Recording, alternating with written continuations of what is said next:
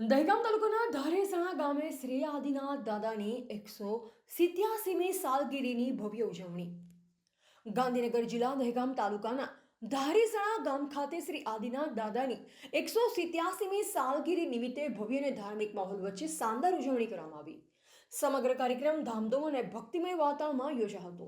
આ પાવન પ્રસંગે શાસન સમ્રાટ શ્રી નેમી ઉદય મેરુ પ્રભુ સુરી સદગુરુના સંસ્કારોથી પ્રેરિત પરમ પૂજ્ય ભગવંત શ્રી વિજય સિંહસેન સુરેશ્વરજી મહારાજ સાહેબ, પરમ પૂજ્ય આચાર્ય ભગવાન શ્રી વિજય સુબ્રત સેન સુરેશ્વરજી મહારાજ સાહેબ તેમજ સાધ્વીજી પરમ પૂજ્ય કલ્પતરુ સુરેશ્વરજી મહારાજ સાહેબની આજ્ઞાવર્તી શિષ્ય પરમ પૂજ્ય જયકીર્તિ શ્રીજી મહારાજ સાહેબના શિષ્ય પરમ પૂજ્ય જીનેશ્રીજી મહારાજ સાહેબ તથા પરમ પૂજ્ય જીન શ્રીજી મહારાજ સાહેબના માર્ગદર્શન હેઠળ વિવિધ ધાર્મિક કાર્યક્રમો યોજાયા હતા।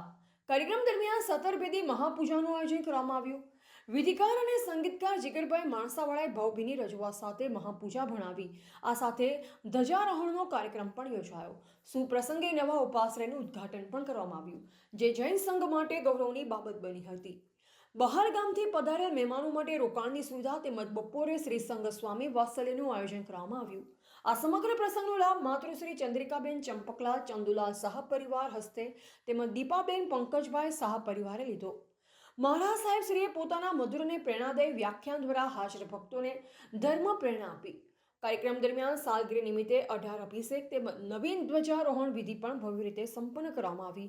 આ પ્રસંગે ગુજરાત તેમજ ગુજરાત બહારથી મોટી સંખ્યામાં ભાવિ ભક્તો ઉપસ્થિત રહ્યા। શ્રી ધારેસણા જૈન સંઘના તમામ સભ્યોએ તન મન ધનથી સેવા અને સહકાર આપી કાર્યક્રમ સફળ બનાવ્યો।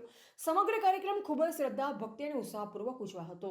રિપોર્ટર દિનેશ ચંદ્ર શાહ, દહેગામ।